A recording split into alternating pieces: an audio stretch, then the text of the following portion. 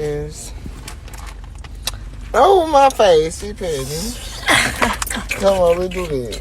You gotta redo that. That's about do my mouth right. In early 2025, the disappearance of 28-year-old Kelsey Elem, a black transgender woman from Kansas City, raised immediate concern among friends and community members.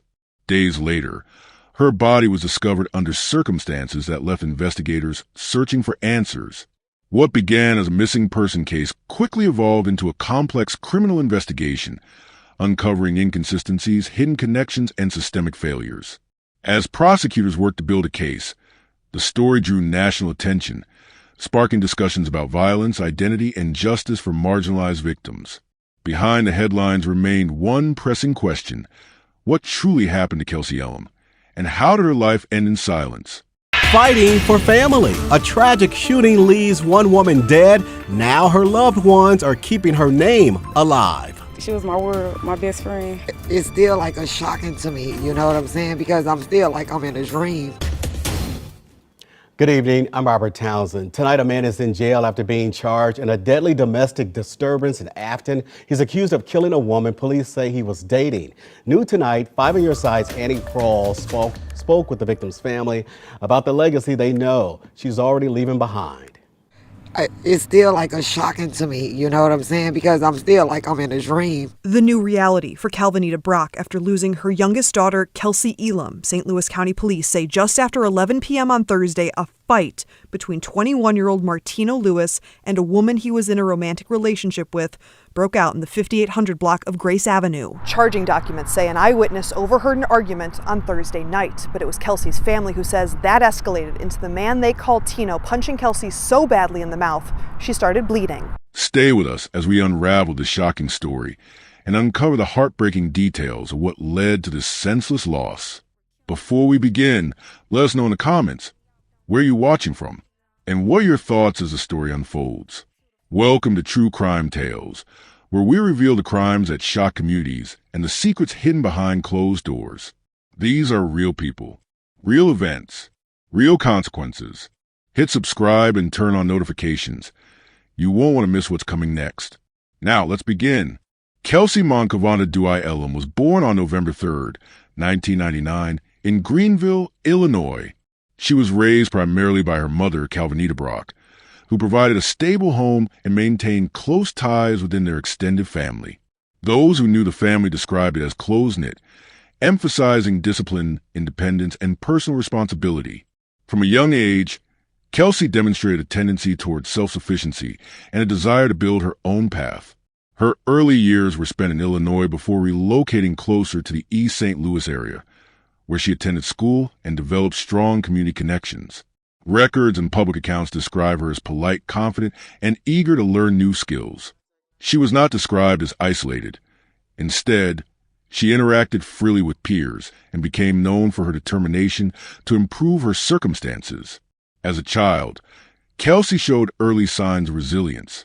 Growing up in a community with economic and social challenges, she learned to adapt quickly and make decisions for herself. Teachers and peers from her school years later recalled her as social, hardworking, and naturally expressive. She enjoyed being involved in group activities, but often took time to think independently. Her ability to balance social interaction with focus on personal goals became a defining trait. Kelsey's character formed around self-reliance. She valued appearance, organization, and maintaining her independence. She displayed maturity at an early age, taking on personal responsibilities that many of her peers avoided. Those close to her noted that she often discussed long-term goals, including stable employment and personal housing. Her drive toward financial independence would later become one of her key identifiers as she transitioned into adulthood. Kelsey attended East St. Louis High School, where she was involved in extracurricular and youth development activities. During her time in school, she began to show interest in fields that required interpersonal communication and service, such as healthcare and customer support. Academic reports and witness statements describe her as consistent and punctual. After high school, Kelsey pursued training as a medical assistant, reflecting her interest in structured, career-oriented work. This pursuit was aimed at achieving long-term financial security rather than temporary employment. She took on this training while simultaneously maintaining part-time work, indicating her ability to balance multiple responsibilities. While her career as a medical assistant never reached a full professional phase, her commitment to acquiring certification demonstrates a continued effort towards self-improvement. Interviews with acquaintances confirmed that she viewed education as a stepping stone toward permanent independence. Her peers recalled that Kelsey valued stability over attention. She preferred to plan quietly, often saving money and avoiding unnecessary expenses. These habits reflected her focus on long-term progress rather than immediate gratification. As she transitioned into adulthood, Kelsey made a significant decision to live openly as a transgender woman. Her transition represented a defining moment in her personal identity and how she interacted with her environment. She adopted the name Kelsey, began using she/her pronouns, and embraced public visibility on her social media platforms. Her decision to transition was deliberate and carefully considered. She frequently posted about self-acceptance, encouraging others to live authentically regardless of societal opinion. Though she faced challenges related to misunderstanding and prejudice, she continued to maintain confidence in her identity. Friends from both work and her neighborhood describe her as loyal, outspoken, and dependable. She maintained close relationships with those who respected her journey and distanced herself from environments that caused discomfort. Kelsey's commitment to self-acceptance also extended into her community, where she occasionally offered support to others undergoing similar transitions.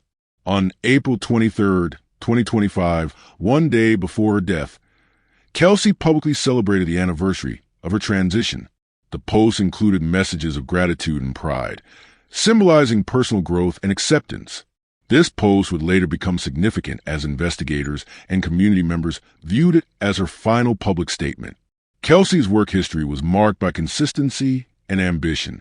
She held multiple positions, including retail at Hollister and a management role at McDonald's. Balancing both jobs reflected her focus on maintaining financial independence. At 18 years old, Kelsey achieved personal milestones uncommon for her age group. She purchased her first car and signed a lease for her own apartment. These actions established her as financially responsible and determined to live independently. Her daily routine was structured. She typically worked 2 shifts per day, leaving little time for leisure. When not working, she spent time at home or with a small circle of friends. Co-workers describe her as punctual, polite, and efficient, traits that earned her a positive reputation in the workplace. Outside of work, Kelsey's interests included music, fashion, and social media engagement. She enjoyed listening to R&B and pop, keeping up with trends, and occasionally documenting her personal style online. Her online presence was modest but consistent, presenting an image of stability and self-discipline. Neighbors and acquaintances described her as reserved but approachable. She avoided conflicts and focused primarily on maintaining her home, car, and work commitments. Overall, her lifestyle prior to the incident showed a pattern of discipline and routine. The man later charged in Kelsey's murder was identified as Lewis, a St. Louis area resident believed to be her romantic partner. The relationship was known within her social circle, but not widely discussed in public. Friends later reported that the relationship was turbulent, characterized by frequent disputes and emotional tension. Though there is limited verified documentation, several of Kelsey's online posts suggested personal conflict and mental stress connected to a partner. Witness statements collected during the investigation indicate that Kelsey attempted to maintain the relationship despite difficulties. She appeared to balance loyalty with caution, possibly hoping that conditions would improve over time. Associates of both Kelsey and Lewis later described the relationship as unstable. Arguments reportedly centered around jealousy, communication issues, and external pressure related to Kelsey's gender identity. Police records indicate that the couple had no documented domestic violence reports before the fatal incident. While there were no public records of restraining orders, police reports, or prior arrests related to domestic abuse, friends close to Kelsey suggested that tension was a recurring issue. Informal accounts point toward verbal disagreements and emotional volatility within the relationship. These were reportedly never escalated to law enforcement or legal intervention. Investigators later determined that domestic violence may have been an unreported underlying factor. The absence of prior documentation made it difficult for authorities to establish a pattern of abuse, leaving uncertainty regarding how frequently or severely conflict occurred. In the days leading up to April 24th, 2025, Kelsey maintained her usual work schedule. There was no public indication of distress or conflict. She posted regularly online, and her final post on April 23rd, celebrating her transition, showed no visible signs of fear or anxiety. Neighbors reported last seeing her 2 days before the shooting. She appeared calm, engaged in routine tasks, and showed no visible indication of a developing conflict. Phone records later obtained by investigators revealed communication between Kelsey and Lewis during this period. While the contents of these messages have not been released in full, they reportedly reflected ongoing disagreements. The timeline leading to her death suggests that the final confrontation may have escalated unexpectedly, possibly during a private visit. No evidence indicates that Kelsey anticipated violence or had plans to leave the relationship in the immediate future. In the early morning hours of April 24th, 2025, the quiet streets of Afton, Missouri, a residential community on the outskirts of St. Louis County, were interrupted by a single, sharp sound, a gunshot that broke through the stillness. The neighborhood, mostly composed of apartment complexes and small homes, was known for its low activity during late hours. At approximately 2:18 a.m., a 911 call was placed by a local resident reporting what they believed to be a violent altercation occurring in one of the nearby apartment units. The caller told dispatchers they heard shouting from inside an upstairs apartment, followed by a sudden loud noise. The sound was described as a single gunshot. Seconds later, the witness observed a man exiting the apartment complex in a hurried manner. The man was seen getting into a dark-colored vehicle, later identified as belonging to the resident of that unit, Kelsey Elem, a 25-year-old woman who had lived alone in the building. The witness provided dispatchers with a description of the vehicle and partial details about the man's appearance. The call was logged, and responding officers from the St. Louis County Police Department were dispatched to the address within minutes. When officers arrived at the apartment complex, the entrance door to Kelsey's unit was slightly ajar. The officers entered after announcing their presence and immediately observed visible disarray within the living space. Several items were overturned, including a coffee table and 2 dining chairs.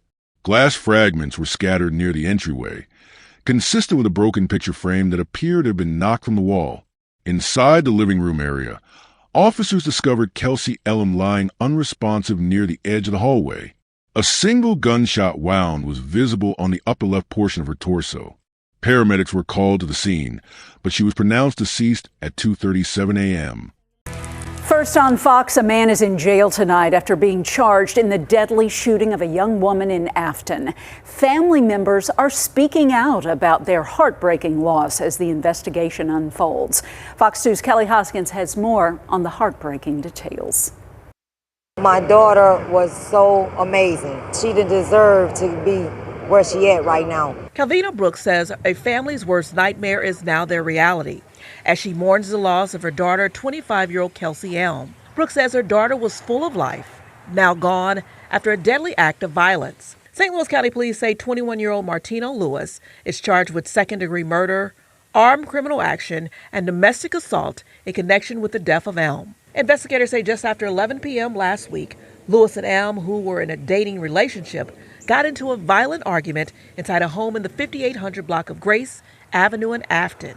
Charging documents reveal eyewitnesses overheard the fight and saw Lewis punch Elem, causing her to bleed. Moments later, police say a gunshot rang out. My baby was taken away from me by a young man, supposed to have been her friend that she was taking care of, that she had so much, she wasn't in love or none of that. It was just about the heart and the care that she was trying to support him and help him. Family members say Elem was a strong advocate for the transgender community and known for her kindness to strangers. The family says that Elem did not have life insurance and a GoFundMe page has been set up to cover funeral expenses. I'm asking everybody that could try to help with her being buried right. I really appreciate it because she don't have any insurance or anything. I mean, she just was a wonderful, wonderful person. love. She loved everyone. She brung out the transgenders, but she showed them and opened them up to let them know that someone out here loved all of you all. My son got killed in 2018 and Kelsey never left my side. So that's why I'm trying to do everything I can to help, because I know how I feel and I know what she's going through right now. For more information about the GoFundMe page, you can download our news app. Kelly Hoskins, Fox 2 News. The medical examiner later confirmed that the wound was fatal and consistent with a close-range discharge. Further inspection of the apartment revealed additional signs of struggle. One lamp was broken, and several items appeared to have been forcibly displaced. There were no signs of forced entry, suggesting that the victim knew the individual responsible for the confrontation. Officers noted that the only item missing from the apartment was the victim's vehicle, a dark-colored sedan, which matched the description given by the 911 caller. The scene was immediately secured. Detectives from the Homicide Division arrived to process the location, photograph evidence, and collect physical materials. The unit was cordoned off for forensic analysis, and residents of nearby apartments were briefly evacuated during the initial investigation. Crime scene technicians recovered a single spent shell casing near the living room area. A bullet, later matched to the casing, was lodged in the drywall adjacent to where the victim was found. The caliber was consistent with a 9mm handgun. No firearm was recovered at the scene. Fingerprint analysis was conducted on several surfaces, including the entry door, furniture, and broken glass fragments. Partial prints were recovered and later submitted for comparison against known records. A digital evidence team collected the victim's cell phone, which had sustained partial damage to its screen. Despite the damage, investigators were able to extract limited data, including text message logs and timestamps from the evening prior to the shooting. These messages would later become a central piece of evidence linking the suspect to the events leading up to the homicide. Surveillance footage obtained from a nearby business approximately 200 feet from the apartment complex captured a vehicle resembling Kelsey's sedan leaving the area at approximately 2:21 a.m., 3 minutes after the reported gunshot. The footage was enhanced for clarity and used to corroborate the timeline provided by the 911 caller. In addition to the bullet and shell casing, police also recovered small fibers and traces of DNA from the apartment floor, which were collected for laboratory testing. No signs of theft beyond the missing vehicle were noted, suggesting that the motive was not robbery, but rather personal conflict. Multiple residents within the complex were interviewed.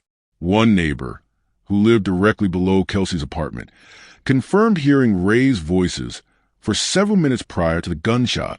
The argument was described as between a man and a woman, though the words could not be clearly understood. Another resident reported seeing a man pacing outside the building earlier that evening around 11:30 p.m., which they initially assumed was a visitor waiting to be let inside. The primary 911 caller provided the most detailed account. They reported hearing shouting escalate into what sounded like physical movement, followed by silence and then the single gunshot. The caller then looked through a nearby window and observed a man running down the steps and entering Kelsey's car. The witness's testimony and description of the vehicle allowed investigators to quickly issue a region-wide alert. Within hours of the initial report, St. Louis County Police issued a regional BOLO, be on the lookout for the victim's missing vehicle. Law enforcement agencies across surrounding counties were notified.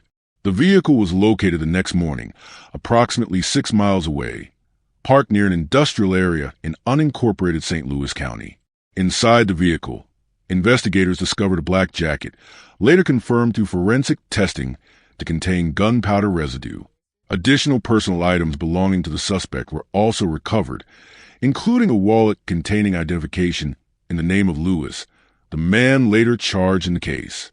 The vehicle was processed as evidence, and DNA swabs were collected from the steering wheel, door handles, and gear shift. The recovered jacket was sent for laboratory testing. Investigators then issued a formal warrant for the suspect arrest. The suspect, Lewis, was taken into custody 3 days after the homicide during a coordinated arrest conducted by the U.S. Marshals Fugitive Task Force. He was transported to the St. Louis County Justice Center and charged with second-degree murder, armed criminal action, and domestic assault. Prosecutors described the shooting as a result of a domestic dispute that escalated into violence. The suspect was denied bond due to the severity of the charges and the strength of forensic evidence linking him to the scene. An autopsy performed by the St. Louis County Medical Examiner confirmed the official cause of death as a single gunshot wound to the upper torso. The bullet trajectory suggested the shot was fired from a distance of fewer than 4 feet. There were no defensive wounds present on Kelsey's hands or forearms, indicating that she was likely caught off guard and unable to resist. Toxicology results returned negative for drugs or alcohol. The absence of substances supported the theory that Kelsey was fully conscious and aware during the incident. Ballistic analysis confirmed that the shell casing and bullet were consistent with a firearm type known to have been previously owned by the suspect, according to state registration records. Digital forensic investigators extracted partial text messages from Kelsey's damaged phone. The recovered data revealed a sequence of messages exchanged between her and the suspect in the hours leading up to the shooting. The conversation reflected a dispute involving jealousy and accusations of betrayal. The final outgoing message from Kelsey's device was timestamped 2:08 a.m., 10 minutes before the gunshot. The message appeared to be part of an ongoing argument. There were no further responses from her phone after that point. Investigators also obtained cell tower data confirming that the suspect's phone was within the vicinity of Kelsey's apartment at the time of the homicide. This data, combined with witness testimony and physical evidence, established a consistent timeline of events. Following the arrest of the primary suspect, identified as Lewis, legal proceedings began in the St. Louis County Circuit Court. The initial hearing focused on the nature of the relationship between Kelsey Elem and the defendant, which prosecutors categorized as domestically abusive. The prosecution presented evidence gathered from digital records, text messages, and statements from acquaintances to establish a pattern of control and aggression throughout the relationship. Court documents outlined multiple instances in which the defendant allegedly monitored Kelsey's movements and initiated verbal disputes over personal matters.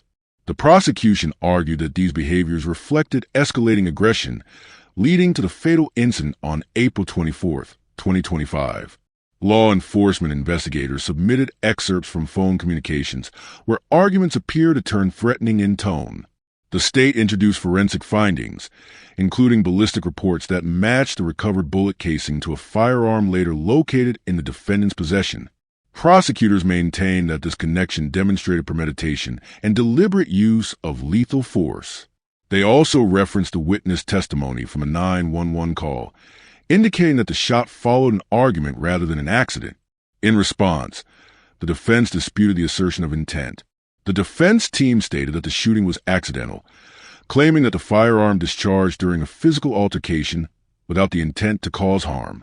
Defense counsel requested additional time to conduct an independent forensic review of the weapon, citing concerns over the chain of custody and the possibility of mechanical malfunction. During the pretrial phase, the court ordered a psychological assessment of the defendant to determine competency for trial. The defense emphasized the absence of prior violent convictions, portraying the event as a tragic outcome of a domestic disagreement rather than a planned act of violence. The prosecution countered that the behavior pattern showed a consistent lack of control and repeated verbal threats, which culminated in physical violence. After multiple hearings, the presiding judge denied bail, citing the severity of the charge and risk of flight. The official charges included second-degree murder, armed criminal action, and domestic assault. The case was scheduled for a full trial pending completion of forensic examinations and review of electronic data from both the victims and the suspect's mobile devices. The witness list included close friends, neighbors, and family members. Their testimonies provided the court with additional background on the dynamics of Kelsey's relationship with Lewis. Several of Kelsey's close friends testified that she had expressed fear about confronting Lewis during arguments. They described conversations in which she mentioned threats, controlling behavior, and her efforts to de-escalate tension. According to their statements, Kelsey occasionally distanced herself, but later returned to the relationship after reconciliation attempts initiated by Lewis. Neighbors from the Afton apartment complex provided accounts of previous disturbances. They reported hearing shouting on multiple occasions in the weeks preceding the shooting. One neighbor noted hearing statements that resembled verbal threats, though they had not contacted authorities at the time.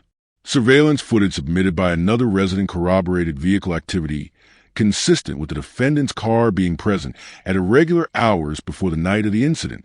Family members gave statements regarding Kelsey's reluctance to formally report domestic issues.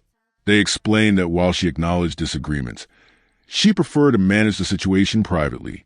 Her mother, Calvinita Brock, told investigators that Kelsey had planned to address ongoing disputes, but remained hopeful that communication would resolve the problems. The family's testimony aimed to demonstrate that despite visible distress, Kelsey did not anticipate a fatal outcome. The testimonies collectively established a consistent narrative of prior tension, emotional strain, and repetitive cycles of conflict between the two individuals.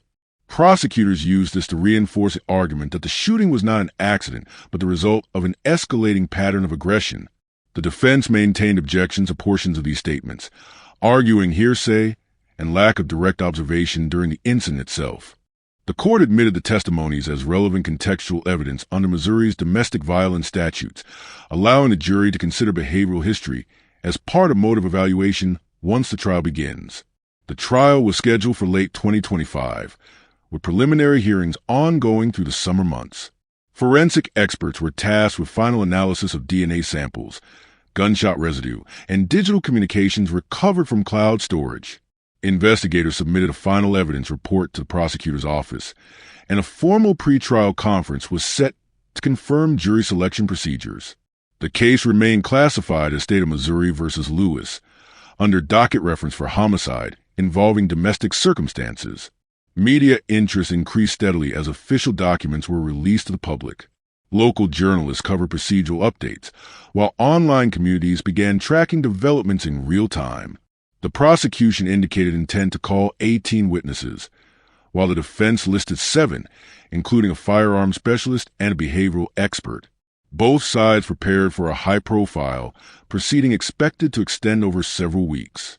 Pending the court schedule, the trial was projected to begin in November 2025. Following the public identification of the victim, community members in St. Louis organized vigils to honor Kelsey Elementary. Candlelight gatherings took place near the Afton apartment complex and at the Transgender Memorial Garden, drawing local residents, activists, and representatives from advocacy organizations. Speakers addressed the increasing rate of violence against transgender women in the region. They referenced recent cases and emphasized the need for more protective measures within domestic relationships involving marginalized individuals. Artists and youth organizations collaborated to produce murals and visual tributes across downtown St. Louis. Social media platforms reflected the movement through the hashtag Justice for Kelsey Elem, which was used to document events, statements, and community initiatives. The memorial efforts highlighted not only her personal loss, but also the broader issue of unreported domestic violence among vulnerable populations. The case gained national attention after larger news outlets began referencing Kelsey's name in connection with a wider discussion on hate-motivated and domestic crimes. Publications and broadcasts analyzed how intersectional factors, gender identity, race, and domestic relationships affected the legal handling of such cases. Advocacy groups, including Human Rights Campaign, HRC, and Transgender Law Center, released statements demanding full transparency throughout the trial. They requested that prosecutors treat the case with the same gravity as any other homicide while ensuring accurate representation of Kelsey's identity in official documentation. Media coverage expanded to national television segments and podcasts addressing systemic trends in violence against transgender women in the United States. Legal analysts discussed how this case might influence future reform in the classification and prosecution of similar crimes.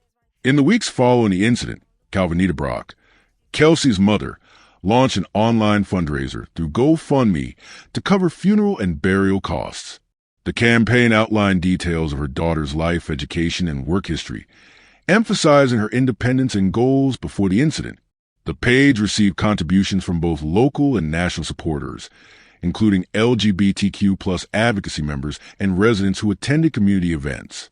Funeral arrangements were coordinated with Nash Funeral Home, where family and friends gathered to complete final services in late April 2025. In interviews with local news stations, the family reiterated a singular focus on justice and factual closure. They declined to engage in speculation but confirmed full cooperation with investigators and prosecutors. The family maintained limited media contact to ensure the proceedings remained undisturbed as the case advanced toward trial. The case of Kelsey Elem is not an isolated event. Her death became part of a documented pattern of violence targeting transgender women across the United States, particularly Black trans women. By mid-2025, national advocacy groups had reported over 25 confirmed homicides involving transgender individuals, with the majority being women of color under the age of 30. The Human Rights Campaign and the National Coalition of Anti-Violence Programs classified these killings under the category of gender-based fatal violence. Data gathered from the Transgender Day of Remembrance, TDR, registry indicates that most victims were attacked by intimate partners, acquaintances, or individuals they knew personally. Approximately 60% of these deaths involved firearms, while others involved blunt force or stabbing injuries. Many cases occurred in private residences, similar to Kelsey's, suggesting that domestic or interpersonal relationships remain one of the most significant risk factors for trans women. Missouri, where Kelsey was killed, has been identified as one of the states with a rising rate of anti-trans incidents. According to reports from Missouri State Highway Patrol and local advocacy organizations, there was a 28% increase in reported hate crimes involving gender identity between 2023 and 2025. Several incidents in the St. Louis and Kansas City areas reflected patterns of targeted harassment, threats, and physical violence. Local police departments, while recording hate crimes, often fail to classify cases involving trans victims correctly, which led to underreported statistics. Community groups in Missouri have consistently warned that legislative environments contribute to heightened risks. The introduction of bills limiting gender-affirming care and the public debate around transgender rights have coincided with rising hostility toward trans individuals. Advocacy networks, including Promo Missouri and the ACLU of Missouri, noted that policy discussions have had indirect effects on public safety, fueling stigmatization and emboldening acts of aggression. Kelsey's death drew attention to this larger trend, serving as another entry in national databases tracking violence against the transgender community. The pattern remains consistent. Victims are often young, economically independent, and navigating personal relationships where gender identity becomes a source of conflict. Despite public awareness campaigns, few systemic protections exist to prevent escalation from harassment to lethal violence. Advocates have repeatedly called for increased protective measures and broader education on gender identity.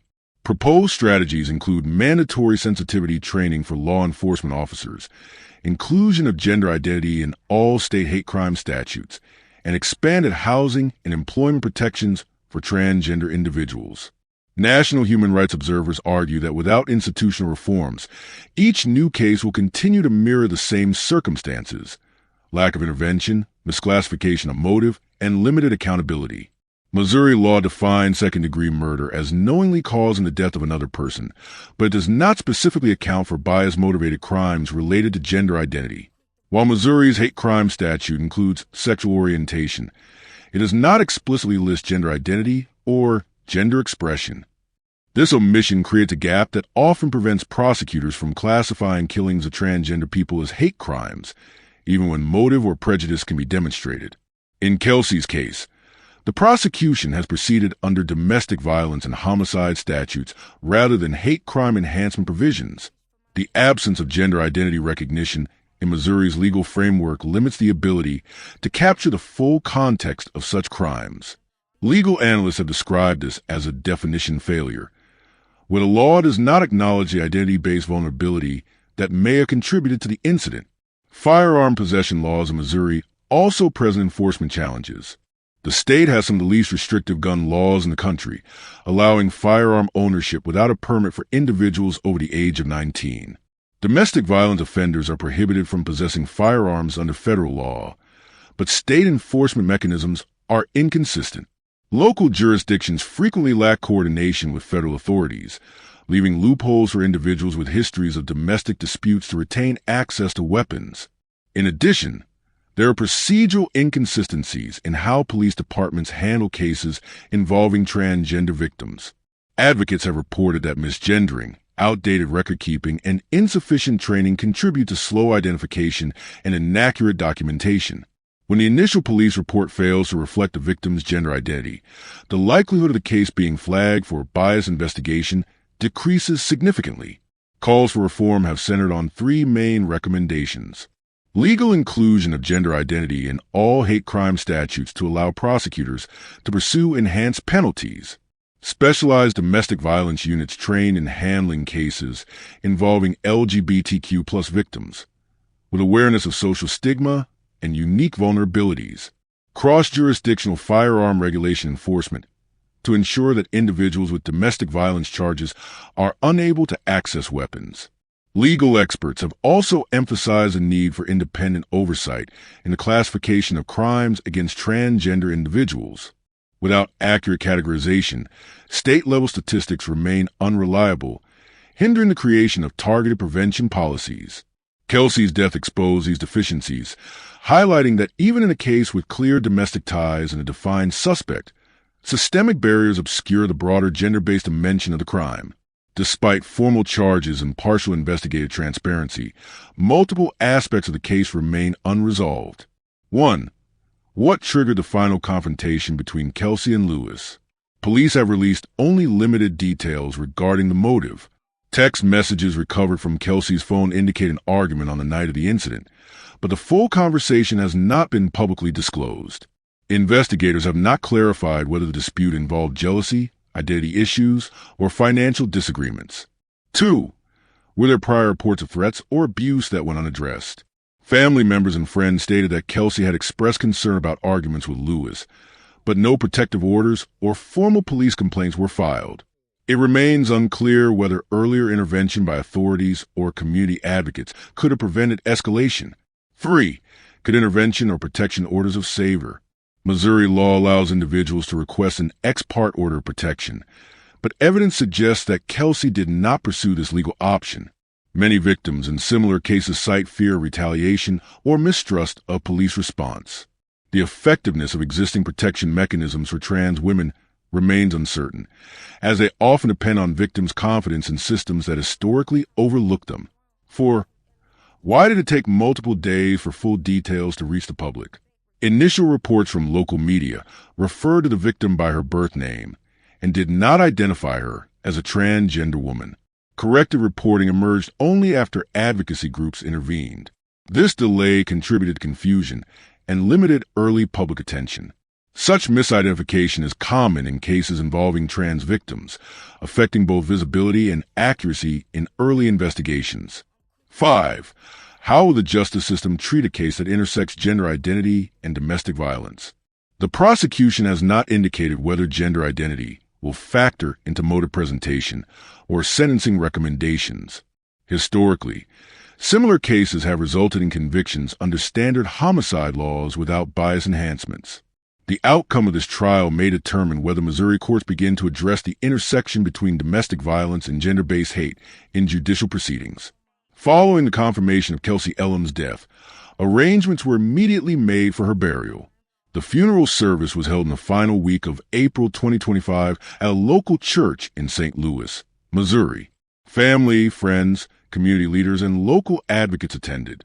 The service was organized by her mother, Calvinita Brock, who managed proceedings with support from extended relatives and volunteers from local advocacy groups. Attendance was significant, including members of the LGBTQ+ community, classmates from East St. Louis High School, and co-workers from her previous jobs. The funeral followed standard protocol, beginning with a public viewing, followed by remarks from family and representatives of local organizations that focus on gender and racial equality. Media outlets were not permitted to film inside, but coverage appeared afterward across regional stations and digital platforms. Multiple online articles summarize the service as a moment of collective grief and community solidarity. During this period, a GoFundMe campaign was established by her mother to offset funeral and legal expenses. The fundraiser outlined the circumstances of Kelsey's death and included photographs from her early life. The campaign was titled Support for Kelsey Elem's Funeral and detailed the financial strain caused by funeral costs and ongoing legal representation. Contributions began locally and expanded as social media attention increased. Within the first week, the fundraiser reached a substantial portion of its target goal, supported by donations from both acquaintances and strangers. Following the funeral, the discussion surrounding Kelsey's case expanded beyond her individual death. Media coverage transitioned into a broader conversation about the safety of Black trans women in the United States, particularly in Missouri. News reports emphasized that Kelsey was one of multiple trans women murdered in 2025, drawing comparisons with national statistics that document an upward trend in violence against transgender individuals. Local advocates in St. Louis used Kelsey's case as an example of systemic neglect. Community meetings were organized in May and June 2025, bringing together law enforcement representatives, civil rights attorneys, and advocacy groups. They reviewed data concerning domestic violence reports, firearm accessibility, and gaps in victim protection. Several organizations released statements calling for updated state legislation and improved protection for marginalized groups. In media reports, emphasis was placed on the intersection of gender identity, race, and domestic violence. Journalists noted that while Kelsey's case involved a domestic partner, it also reflected broader societal vulnerabilities faced by trans women of color. Discussions questioned whether enough was done before the incident to detect signs of risk or provide preventive intervention. During this time, the legal process remained active. Prosecutors confirmed that the suspect, identified as Lewis, was in custody awaiting trial. The case continued under the jurisdiction of St. Louis County Circuit Court. Court documents revealed charges of second-degree murder, armed criminal action, and domestic assault. The prosecution strategy centered on establishing intent through physical evidence, eyewitness testimony, and digital communications recovered from both the victims' and suspects' phones. Investigators continued to analyze forensic materials. Gunshot residue, fingerprints, and ballistic comparisons formed the foundation of the state's case. Additional digital forensics retrieved deleted messages that provided insight into prior arguments. Prosecutors requested extended lab testing to strengthen the evidentiary record. Court filings indicated multiple pretrial hearings scheduled through the second half of 2025. The defense maintained a position of accidental discharge, arguing lack of intent to kill. The prosecution opposed this narrative, emphasizing the nature of the wound, the suspect's flight from the scene, and the recovery of the victim's vehicle in another district. As the case proceeded, public interest persisted. Online users continued to share updates under hashtags like #JusticeForKelseyElem and #ProtectBlackTransWomen. Advocacy pages followed court developments, urging the public to remain engaged until conviction. Local community centers held safety seminars addressing domestic violence awareness and self-protection for transgender individuals. The official trial date remained pending as of late 2025, awaiting completion of forensic reports and witness scheduling. Authorities maintained confidentiality regarding certain case files, citing ongoing investigation. The family continued to request privacy while cooperating with law enforcement and legal counsel. By mid-2025, the coverage surrounding the case had moved beyond immediate investigation to include systemic evaluation. Reports analyzed Missouri's handling of domestic violence cases involving LGBTQ+ victims, citing data gaps in official reporting. Legal experts debated whether current statutes adequately recognize patterns of abuse in non-traditional relationships. Civil rights attorneys highlighted the frequency of misclassification of transgender victims in law enforcement databases, which delays accurate tracking of hate-motivated or identity-linked crimes. Advocates also discussed the significance of social invisibility. How many victims, like Kelsey, live publicly on social media yet remain unprotected in their private spaces? In June 2025, several national LGBTQ+ organizations referenced Kelsey's case in annual reports on violence against trans individuals. They emphasized the need for federal policy enforcement, data transparency, and state-level resource allocation for prevention programs. As legal proceedings continued, Kelsey's family focused on legal cooperation and estate closure. The GoFundMe page remained active for ongoing expenses, including legal travel and memorial upkeep. The campaign became a central hub for updates, with new posts announcing each court development. Kelsey Elem's case extends beyond the events of April 24, 2025. It represents the intersection of personal autonomy, domestic violence, and societal vulnerability. Her life documented resilience, self-sufficiency from an early age, consistent employment, and open expression of identity despite societal challenges. Records and testimonies describe Kelsey as independent and focused, maintaining steady work and stable housing. Her digital presence reflected a person navigating daily life while establishing a secure future. This image stands in contrast to the concealed risk that eventually led to her death. The investigation revealed no evidence of premeditated planning beyond immediate domestic conflict, yet exposed patterns of neglect, warning signs unrecognized or unaddressed. Her online persona depicted stability, but investigative findings highlighted recurring interpersonal tension and potential volatility within her relationship. The disparity between public visibility and private danger defines the central contradiction of this case. Kelsey's presence online was consistent and positive, yet her final moments occurred in isolation, inside her apartment, unseen until a witness heard the sound of a gunshot. Her story demonstrates broader systemic gaps: lack of early intervention in domestic disputes involving marginalized individuals, insufficient recognition of trans victims within existing protective frameworks, and limited public understanding of how identity influences vulnerability. The case continues to evolve within the judicial system, and no final verdict has yet been rendered. Prosecutors remain confident in evidence linking the suspect to the crime. Defense statements persist in disputing intent. The outcome will determine not only legal accountability, but also the precedent for handling future cases of similar nature in Missouri and beyond. In broader review, Kelsey's death underscores the intersection of legal, social, and institutional systems. It shows how limited awareness, inadequate protective mechanisms, and insufficient community response can lead to preventable outcomes. Her case became part of a national dialogue urging reassessment of how the justice system categorizes and protects victims with intersecting identities.